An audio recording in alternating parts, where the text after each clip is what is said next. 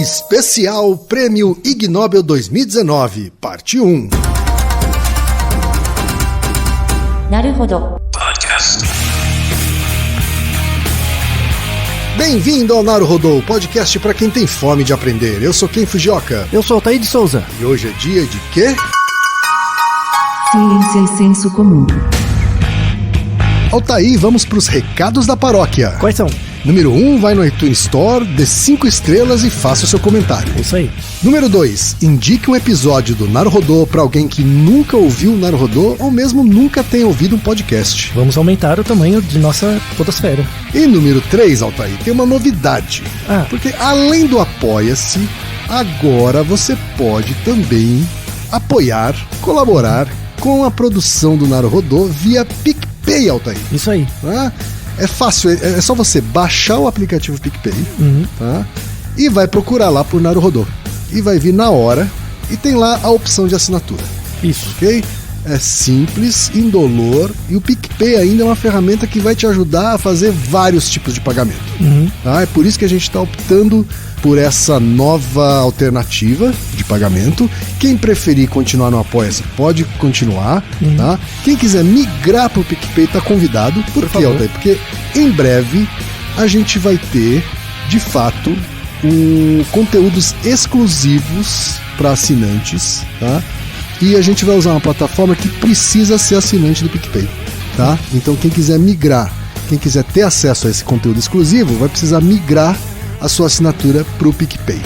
Tá? Agradecemos desde já e participem, por favor. É isso aí. Antes da pauta, mais um recado. Naruhodo está abrindo espaço para os podcasts das Minas, porque representatividade é importante também na podosfera. O destaque de hoje vai para o podcast Se Fosse Fácil Era Exatas, comandado pela Jaqueline Lafufa, pela Marcela Rosa e pela Fabiola Newben. Ouça o recado que elas deixaram para você, ouvinte do Naruhodo, e conheça o podcast Se Fosse Fácil Era Exatas. Olá você, eu sou a Jaqueline Lafufa e estou aqui para falar para vocês rapidinho sobre o Se Fosse Fácil Era Exatas, um podcast que traz a teoria e mostra ou fala sobre a prática. Não estou sozinha nessa aventura audiofônica, vem comigo também outras mulheres incríveis. Eu sou Marcela Rosa, sou professora, sou escritora e a minha função nesse podcast é trazer um monte de teoria difícil e tentar gastar todas as metáforas e analogias que eu aprendi na vida para explicar para você. Eu sou a Biola Neuber, professora de redação, tô aqui para aprender bastante, estudar bastante para produzir conteúdo, porque sou muito curiosa. E para ajudar a mostrar que teoria não precisa ser chata, pedante ou restrita a uma pequena parcela da população. E eu sou Ana Paula Ambrosano, estudante de cinema, editora desse podcast e venho aprendendo demais junto com essas mulheres icônicas. Nos episódios do Se Fosse Fácil Era Exatas, trazemos debates e discussões, reflexões e indicações de leitura em papos que são animadores e ao mesmo tempo complicadinhos. Porque aqui é sempre assim, afinal, se fosse fácil, era exatas. Altair! Melhor episódio do ano. Melhor episódio do ano, Altair! Eu tava esperando o ano inteiro. Já comecei a esperar o do 2020 já.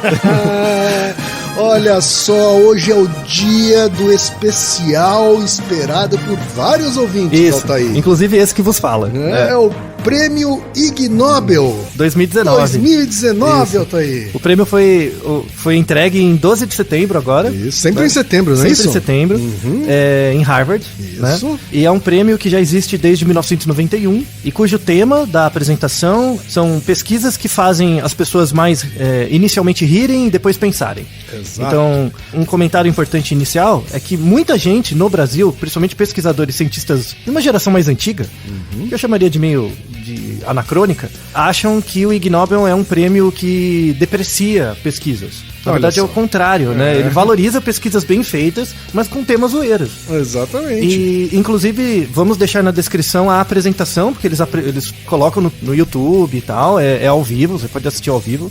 Eu assisto há vários anos ao vivo. Eles fazem vários eventos, mostram. Você ganha o Ig Nobel de um prêmio Nobel. Vários prêmios Nobel assistem em Harvard. Você faz uma apresentação depois do seu trabalho no MIT, com mais tempo. E ele tem, atualmente, nos últimos anos, eles têm sido muito voltados para crianças. Então tem pessoas fantasiadas, tem música, eles fazem músicas com os artigos. Ou seja, eles fazem com que o evento vire um acontecimento família. Assim, isso, totalmente família, muito engraçado, assim, tem várias piadas. E é super legal. Por exemplo, cada ano tem um tema. E o tema desse ano era hábito. Sim. Sim. Né? E aí eles pegam o tema do ano e fazem o troféu. Então cada ano é um troféu diferente. O troféu desse ano, que é baseado no hábito, são objetos que a gente usa como hábito. Então o troféu tem uma escova de dente, tem aqueles copos que o americano usa pra tomar café, né? Um copo grande de plástico, tem um celular e uma caneta. E tudo estilizado num troféu. Então é muito legal, né? Porque você vê o tema do ano, eles fazem várias piadas. E se você quiser, você assiste inclusive alguns vídeos na Pode assistir, no YouTube, eles transmitem ao vivo. Com ao vivo. transmissão, Sim, né? muito bem editado. O Ig Nobel, pra quem não sabe, né, ele foi criado por uma revista de humor científico. Isso. Né, o Annals of Improbable Research. Isso. Né, eles criaram o Ig Nobel para honrar estudos e experiências que primeiro fazem as pessoas rir e depois pensar. Exato. Né? O editor dessa revista é o Mark Abrahams, que já participa, já é editor dessa revista há vários anos. Sigo ele no Twitter, é uma pessoa muito engraçada, né? E eu gosto muito dessa iniciativa. E os cientistas colaboram muito. Por exemplo, eles chamaram a referência mundial, eles fazem uma espécie de jogo. Eles chamaram a referência mundial na área de teoria da mente, né, que eu acho que não era de Harvard, mas de uma universidade muito grande, e pediram pra ela, eles fazem um jogo, assim, eles chamam um cientista renomado, às vezes prêmio Nobel, pra definir a área da pesquisa dele em uma palavra, e depois explicar essa palavra em 24 segundos, e depois explicar de novo em 7 palavras. Caraca! É sensacional, assim. Sabe que 7 palavras é o número mágico que a gente usa pra o limite de uma frase num outdoor. Então, mas é bem nesse estilo, né? Então eles chamaram a referência, em várias áreas, chamaram a referência mundial de sobre teoria da mente, ela tinha que explicar o que era teoria da mente em 24 segundos. Ela não conseguiu, não deu tempo, e toca um sino, né, e tal. E depois agora em 7 palavras. Aí ela deu uma definição sensacional em 7 palavras. Teoria da mente é surpresa, os outros são como você. Isso que é teoria da mente. É muito bom. Muito bom. Muito bom. Então assim, a gente vai ter 2 episódios, vamos fazer a primeira parte agora, não é isso? Com os prêmios desse ano. E depois a gente tem uma segunda parte com a outra metade das categorias. Isso. Né? E se você curtir esse episódio duplo, não deixe de conferir o especial do ano passado, claro, né? O Ig Nobel de 2018, que foram os episódios 151 e 152. Isso. Então vamos para categorias de 2019, Altair? Bora. Categoria Medicine Prize. Prêmio de medicina. Prêmio de medicina foi para Itália e Holanda, é isso, Altair? Isso, exato. Então, Altair, vou fazer tradução simultânea aqui, tá? Então me perdoa se eu não conseguir falar tão rápido. O premiado foi o Silvano Gallos por coletar evidências de que a pizza pode proteger contra doenças e contra a morte, se a pizza for feita e comida na Itália. Isso. Essa é a tradução, é isso? Exatamente. Então, pra gente começar, a gente tem um acordo informal entre eu e o Ken. O Ken não vê os prêmios e ele fala na hora, assim, sem saber. Isso, né? eu tô inclusive traduzindo aqui na hora. Isso, tem que ser assim mesmo. Porque aí dá um ar mais emotivo a coisa, né? De fato, esse Silvano Gallos, ele foi vestido de pizza, uma camiseta de pizza, né? Certo. E ele mostrou... Que aí dá mais credibilidade, né? Com certeza.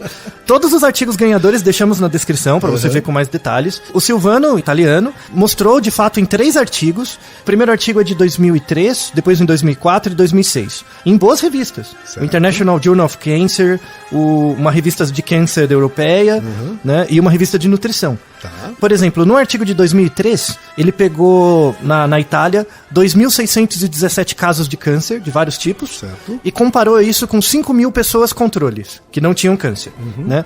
E ele viu que as pessoas que comiam a partir de uma porção de pizza por semana, que seria uma fatia, né?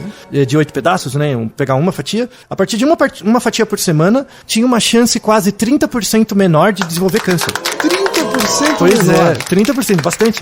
Então... Quer dizer que isso é uma autorização pra comer pizza toda semana? Então, é isso?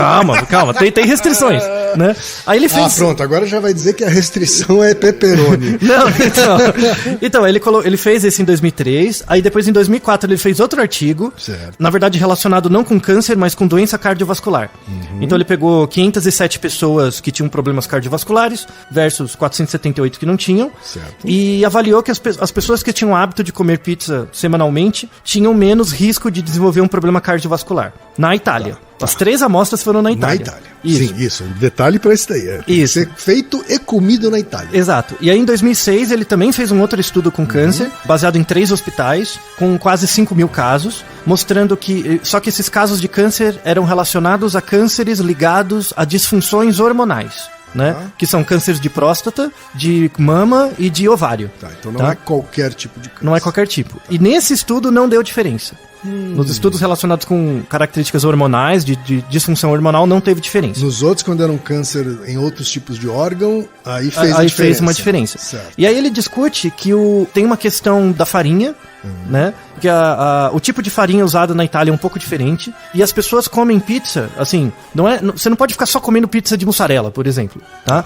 Existe uma relação, principalmente no artigo de 2004, entre o número de macronutrientes que a pizza tem e o risco. Então, quanto mais tipos de nutrientes diferentes a pizza, mais ela te protege. Então, uma pizza de queijo, assim, não ajuda muito. Certo. Mas se for uma pizza de rúcula com abobrinha, com outras molho coisas de tomate, isso. com um pouquinho de queijo. Isso. E aí ele coloca que os dois maiores elementos que atribuem a segurança à pizza é o tomate, por causa do licopeno, e o óleo de oliva. Quando ele é extra virgem e verdadeiro, não os picareta que é vendido aqui, né? Certo. Então ele mostra que as pizzas feitas na Itália têm um tipo de farinha. Eles usam um pouco menos de farinha, então a massa é mais dura, né? E eles usam muito mais macronutrientes na proporção. E ele não conseguiu excluir nos artigos a questão da dieta mediterrânea. Então, como os resultados dele acontecem muito na Itália, e a dieta mediterrânea é algo muito presente, ele não consegue dizer se o efeito é da pizza ou é da pizza associada à dieta mediterrânea. Certo. Tá? Mas assim, a gente tinha, de qualquer forma, o grupo controle que não comia pizza. Isso, mas tinha também a dieta mediterrânea. Tinha a dieta mediterrânea. Isso, então ele consegue afirmar os resultados dele para a Itália. Em outros locais é discutível. E tanto é que ele apresenta isso nos resultados, mas com certeza merece o prêmio. Olha só. É um prêmio muito legal. Olha só, vamos mudar para Itália então? Pois é, a pizza de lá é muito boa. A gente pode gravar de lá. Pois é, quem sabe um dia. Não é só pizza que é boa lá, né? Então... Quem sabe o dia. Então tá certo. Um salve aí pra Itália e pra Holanda, que colaborou também com o estudo. Exato. Próxima categoria, Altair.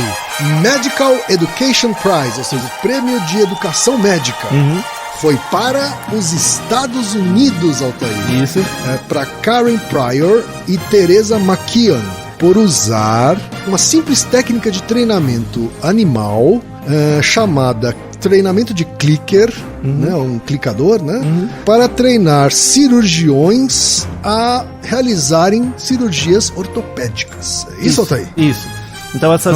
usar aquele clicker, né? Aquele contador, né? Que faz click. Você já viu é aquele de treinamento de cachorro? Isso, faz um barulhinho faz um pra clique condicionar mesmo. O cachorro. Exato. Isso, tá. E você usaram isso daí pra treinar cirurgiões ortopédicos. E funciona.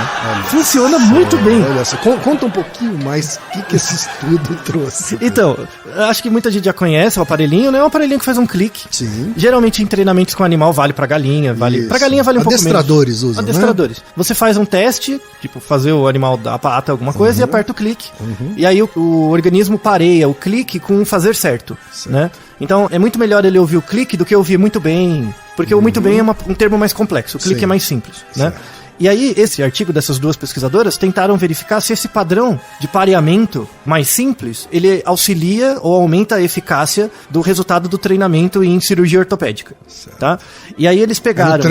Era no treinamento. Era com alunos residentes ainda, tá? Que geralmente fazem, sei lá, com bonecos. Isso, com bonecos, com estruturas e tal, né? Eles queriam ver a qualidade. É um artigo de 2015, e aí esse artigo ele pegou 2 grupos de pessoas. O primeiro grupo, eles faziam um treinamento convencional, que é assim... O médico mais experiente demonstra, tipo, vou fazer uma incisão, um nó, uma sutura. Ele faz todo o procedimento e depois a pessoa tem que repetir.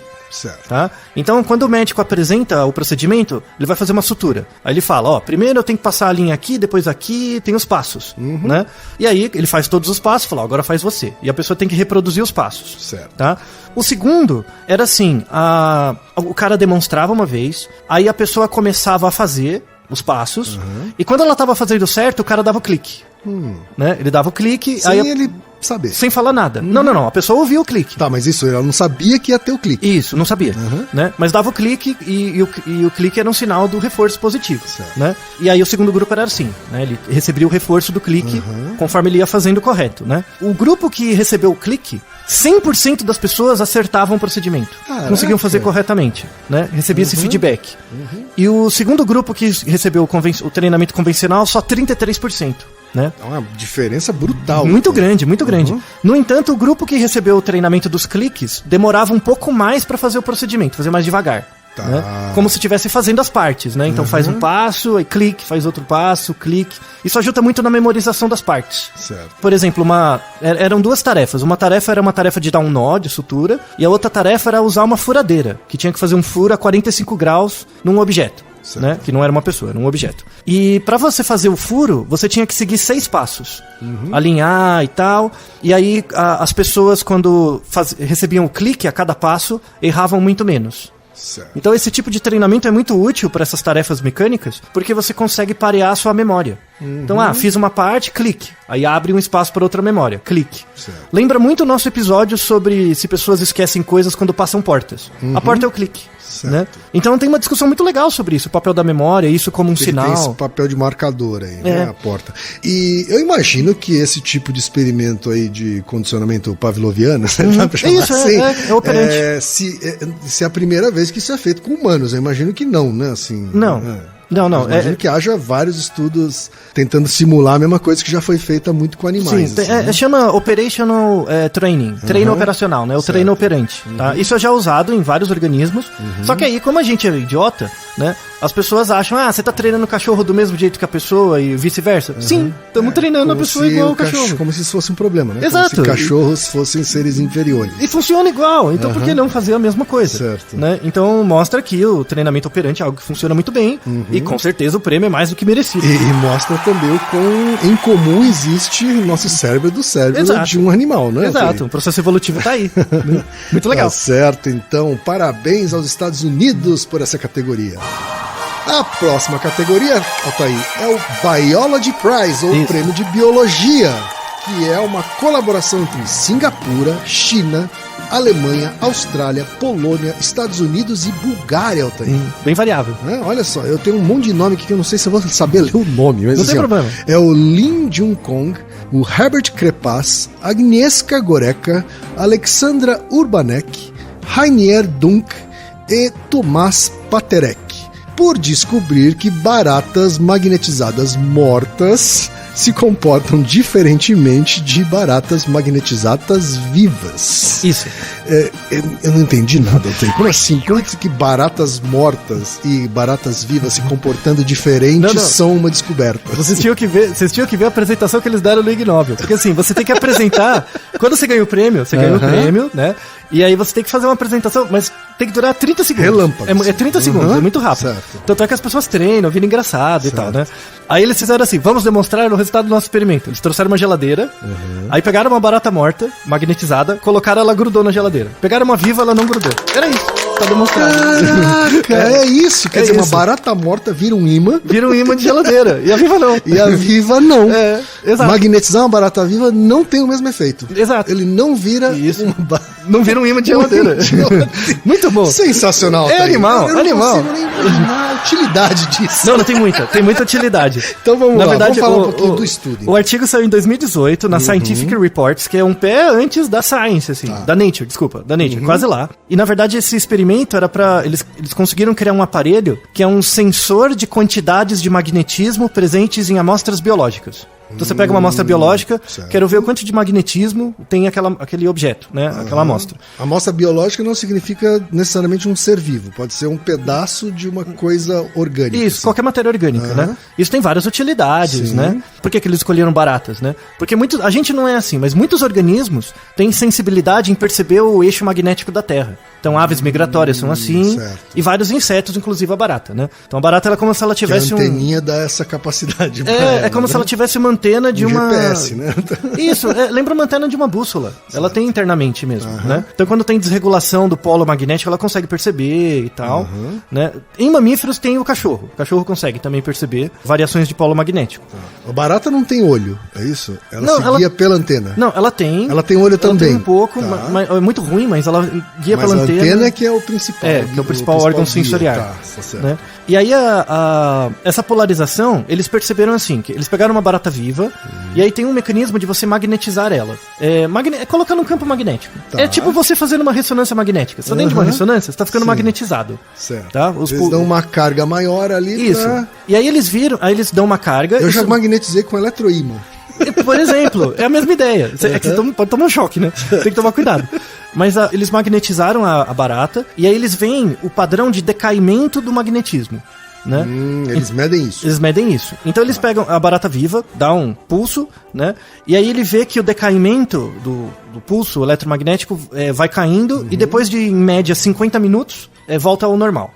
Tá? Na barata viva. Tá. Na barata morta... 50 minutos. Dura leva- bastante, então. Dura bastante, assim, mas volta ao normal, não faz mal para ela, e tudo bem. Mas, bom, 50 minutos, rapaz, Demora. bastante. Ela fica ali, né? O campo magnético dela, que não tem nada a ver com energias, namastê gratidão, tá? Volta ao normal.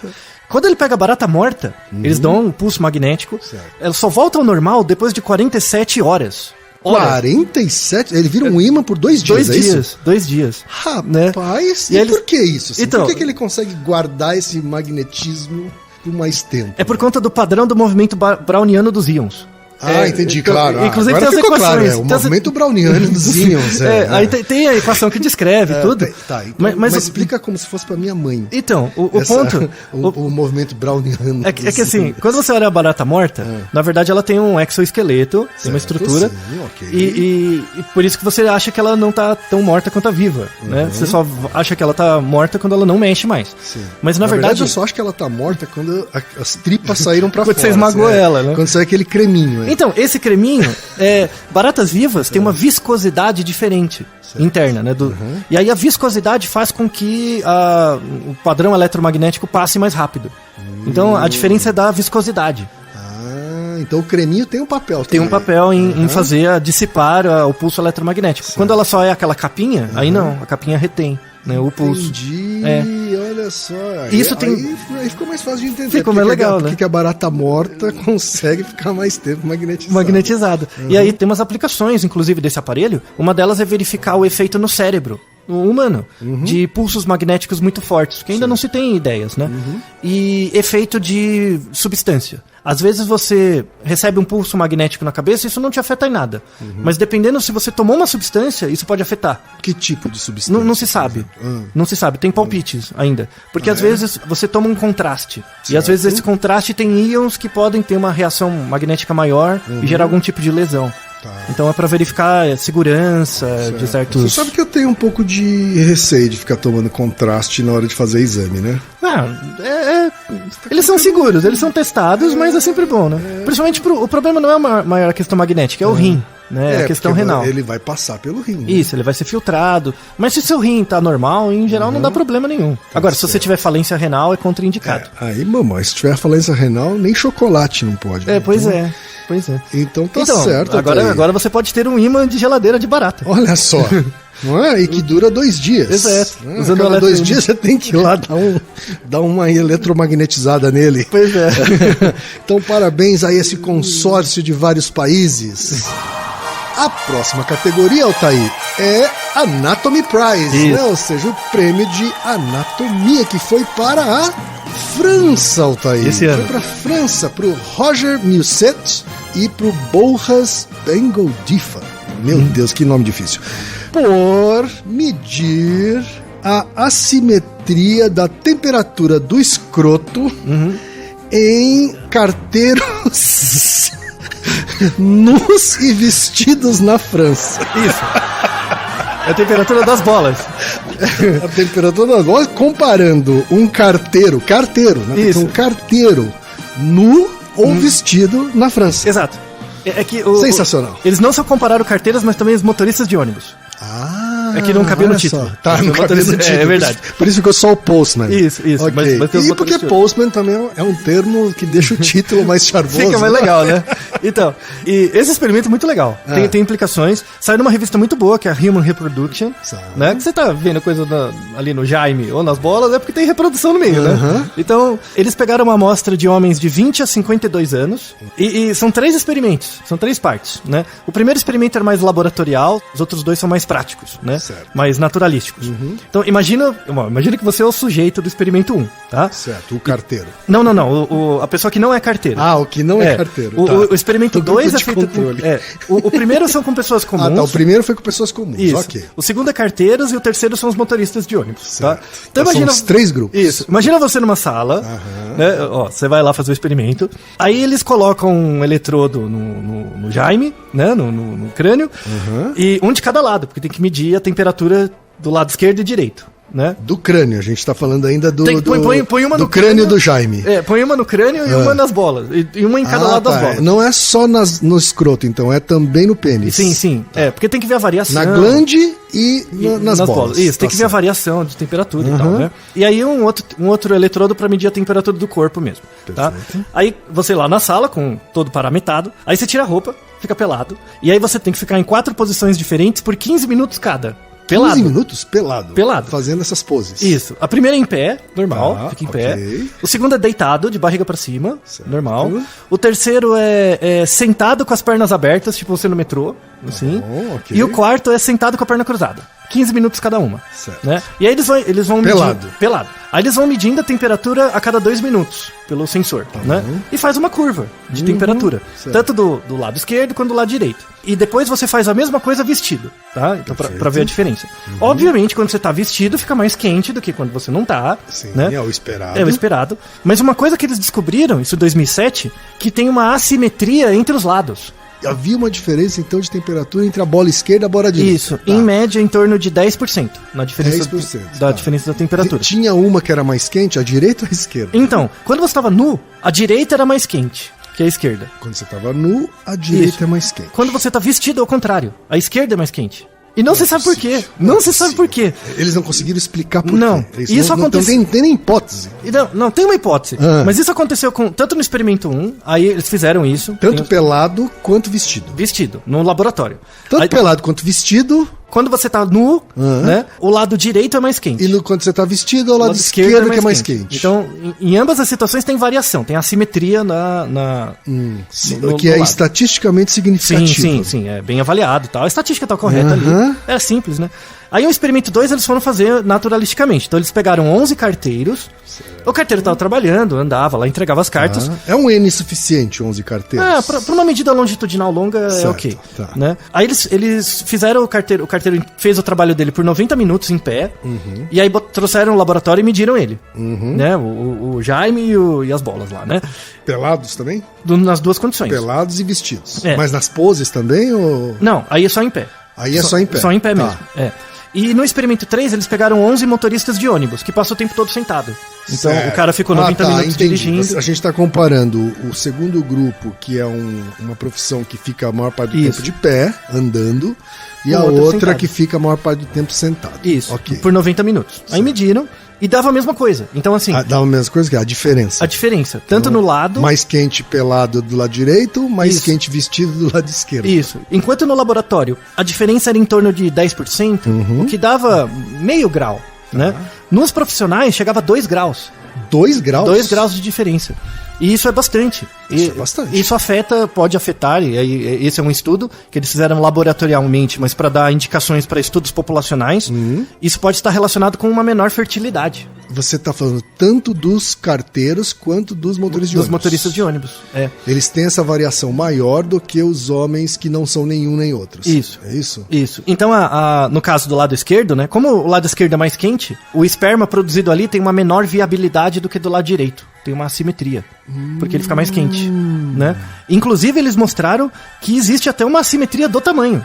Um lado é mais caído que o outro. Me explica de novo assim. Existe diferença entre o testículo direito e o testículo esquerdo? Sim, existe. Existe uma diferença funcional? Existe uma diferença de tamanho. Tá. Então, em média, o lado esquerdo é menor, em torno de 2% menor. Isso pra todo mundo. Pra Tá. todo mundo. Mas né? eles têm o mesmo papel. Eles têm o mesmo papel. Eles produzem o esperma, tem todas as funções dele ok. de forma igual. Então os espermatozoides ali são produzidos dos dois, né? Ah, tá. Só que aí a produção São acaba independentes os espermatozoides. São. Alguns saem do testículo direito. esquerdo, do direito. Isso. E aí o que você está dizendo os espermatozoides que saem do testículo mais quente, Tem uma ele menor tem menos viabilidade. probabilidade, eles têm menos reprodutibilidade. Isso, tem menos É viabilidade, Tá. Exato. Eles, inclusive, mostraram nesse artigo, que era uma coisa que já mostravam antes, que a pele do testículo tem receptores de temperatura. Certo. Né? Então, em dias muito quentes, o tecido, por conta da reação desse receptor, ele fica mais mole. Por isso que a bola cai. Né? E quando fica frio, ela encolhe. certo. Tem a ver com os receptores ali. Porque Entendi. a temperatura É uma reação fisiológica. fisiológica Sim. que a partir da identificação da temperatura desses receptores do saco escrotal. Isso, porque ele não pode ficar muito quente, senão torna o esperma inviável. Né? Sensacional. Não é legal? Sensacional. Pois é, o trabalho muito interessante, você não dava nada, né? Então, você aprendeu muito sobre o Jaime e Mas ao mesmo tempo amigos. dá uma preocupação em quem trabalha de pé muito tempo e quem trabalha sentado muito tempo. Pois é, tem que dar uma ventilada. Tem que dar uma ventilada, é. Isso sempre o meu avô disse que tem que dar uma ventilada. Então, isso, tem que dar. Roupas japonesas, né? Tem que dar com aqueles hakama lá, umas roupinhas mais soltinhas. Isso, né? Pra dar uma Sem alegria. cueca, inclusive. Pois é. Por baixo. Pois é. Então, esse estudo ainda ele não é conclusivo, ele abre espaço para estudos populacionais, né? claro. Mas foi um grande começo. começo. E se tornou popular graças ao Ig Nobel. Sensacional, parabéns pra França, então. Pois é, quem diria? E a última categoria deste primeiro episódio, Altair, Sim. é o Chemistry Prize, ou seja, o prêmio de Química, que foi concedido ao Japão, Altair. Shigeru Watanabe, Mineko Onishi, Kaori Imai, Eiji Kawano e Seiji Igarashi, por estimar o volume total de saliva produzido por dia por uma criança típica de 5 anos de idade. Isso. É o código de baba. Ok, está. Então vocês mediram a baba média Volume. de uma criança. Uma criança de 5 anos. Tinha que ser no Japão, né?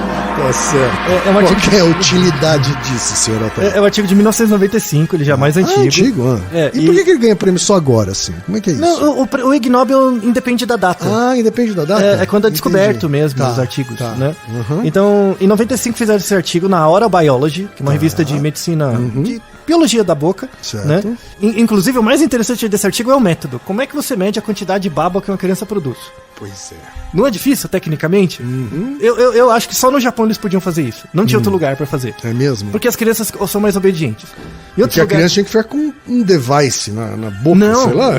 não, então, Ah. assim, do ponto de vista do método, foi um artigo muito bem cuidadoso. Eu Certo. gostei do método. É.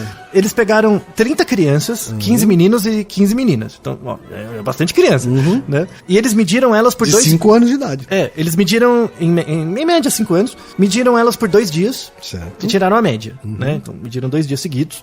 E aí elas mediram a saliva da criança em algumas situações. Com ela dormindo, com ela acordada, durante a alimentação e quando elas estavam mascando alguma coisa. Tipo, snacks, coisas durante o dia, tá? Mas o interessante é o Mas aparato. como é que elas coletavam Então, esse volume de baba? disclaimer, tá? Quem tiver muito nojo, já para aqui. Tá bom. Que é por isso que a gente deixou Vai por vir último. uma descrição... Nojenta. pra alguns, mas assim, a ciência é assim mesmo. Você pega uma criança de 5 anos, elas cooperaram, você coloca ela sentada numa cadeira. Primeiro você tem que conseguir verificar a quantidade de saliva que ela produz espontaneamente. Certo. Assim, sem fazer nada demais, acordada. Então você coloca ela sentada, com a cabeça baixa, tipo o queixo quase encostando no peito, Certo. segurando um tipo de pote. Né? E aí você pede pra ela abrir a boca e deixar a baba escorrer. Por 5 minutos. Então ela tem que ficar Por 5 minutos? Ela tem que ficar 5 minutos assim. É até secar o bagulho. É, né? ela tem que ficar 5 minutos assim e não pode engolir. Não pode Um pote embaixo da boca dela. Isso, e a baba escorrendo. Ela não pode engolir, se ela engolir tem que esperar 5 minutos de novo. Só no Japão, velho. Só no Japão pra conseguir uma parada dessa. Aqui já tinham destruído tudo. Mas enfim. Pra criança obedecer, realmente... Então. Nossa, não sei o que fizeram com elas. E aí você tem uma quantidade de baba que você produz, isso é pesado e medido o volume. Aí, na hora da alimentação, né, tem a refeição normal da criança, a refeição era padronizada nesses 2 dias. Aí a criança comia, né? Ela mastigava, só que antes de engolir ela cuspia. Então o alimento era pesado antes, sem a baba, e depois com a baba. Pra medir a diferença isso. É a baba. É a baba, isso. Media depois. Então ela não passava fome, depois dava comida. Tá né? certo. Mas ela fazia isso, né? Mas 2 eles dias. queriam medir qual foi a saliva produzida naquele momento. Né? Isso. Enquanto ela estava mastigando a comida. Exato. E aí faziam também pequenas doses logo antes de dormir e logo depois de acordar, né? Porque isso já é bem conhecido, que durante o sono a gente praticamente não produz saliva. Muito pouco. Tende a zero, assim. Você produz mais saliva durante o dia, né? E aí como eles mediam isso algumas vezes durante o dia, né? E na alimentação, eles conseguiam fazer a velocidade de produção de baba, né? Sensacional. Então, quando você não é estimulado, assim, normalmente, a criança produz 0,26 ml por minuto. Certo. Tá? De baba, né? Quando ela está comendo, mascando alguma coisa, isso sobe para 3,6 ml por minuto. Certo. Tá? E aí você faz a soma, né? Você consegue ver que, mais ou menos, acordado durante o dia, uma criança produz, de 5 anos, 288 ml, em média. 288, é bastante. Isso, é bastante. E sem comer, né? Assim, durante a alimentação, ela produz quase 300 ml. A diferença não é muito grande. Certo. Tá? Mas se você somar tudo e tirar a média e tal dos 2 dias, em média elas produzem meio litro. 500 ml. De saliva. De baba. Contando à noite também. Contando à noite, porque isso tende a zero, né? É muito pouco. E aí eles compararam isso com adultos. E veio que os adultos produzem a mesma coisa. Olha só. Então a gente produz em média meio litro de baba por dia, assim como as crianças. Olha só. E quer dizer que eles mediram os adultos também pra comparar? Não nesse artigo, em outra, que eu fui atrás de outro. Mas já tinha medida dos adultos. Tem um outro adultos. artigo que é a medição dos adultos e você tá dizendo que esse meio litro é meio que a média tanto de criança quanto de adultos. Isso. Agora a gente consegue entender, por exemplo, por que bebês babam muito. Porque eles são pequenos. Verdade. Então, proporcionalmente, é muita baba, mas em volume é a mesma coisa. Quer dizer, ela provavelmente produz esse meio litro também de baba. Isso, com um corpo muito pequeno. Né? Com uma boquinha daquele tamanho, então Isso. não é à toa que vai pra fora mesmo, né? E baba tudo, né? Então, e não tem muito controle, não tem esse negócio de engolir a baba e tal. Mas uma coisa que vocês não sabiam é que, em média, vocês produzem meio litro de baba por dia. Onde vai parar essa baba? Você engole. Sim. E primeira coisa. Verdade. Segunda coisa, o volume de baba é constante ao longo da vida. Você produz mais ou menos a mesma coisa. É mesmo? Isso é assombroso. Mesmo envelhecendo, você... Mais ou menos. Intuitivamente a gente diria que a gente fica mais desidratado. Isso. E produziria menos baba, mas não. Não, se você produzir menos é porque ou você está tomando menos água, tem alguma condição. Mas em média você vai produzir a mesma coisa a vida toda. Não é um trabalho legal? Sensacional. Muito interessante, muito interessante. Recomendo agora, grande curiosidade, você produz meio litro de baba por dia. Imagine isso numa garrafa. Verdade. Se você guardar isso desse episódio, nós já ficaremos felizes. Né? Pois é. Então, parabéns aos nossos ganhadores, de fato mereceram. Estamos aqui no final do primeiro episódio, que a gente falou sobre 5 categorias. Isso. E no segundo episódio, né, a gente vai ver as outras 5, incluindo o Prêmio da Paz. O Prêmio Nobel da Paz. O Prêmio Nobel da Paz. Isso, não perca. Então é isso, até a próxima e Naruhodô, ilustríssimo ouvinte. Você sabia que pode ajudar a manter o Naruhodô no ar? Ao contribuir, você pode ter acesso ao grupo fechado no Facebook e receber conteúdos exclusivos. Acesse apoia.se/Naruhodô Podcast. E você já sabe, aqui no Naruhodô, quem faz a pauta é você. Você tem alguma pergunta pra gente ou quer comentar algum episódio? Escreva pra nós. podcast@naruhodô.com.br. Repetindo? podcast@naruhodô.com.br. E lembre-se, mande nome completo, idade, profissão e a cidade de onde você está falando. É isso aí.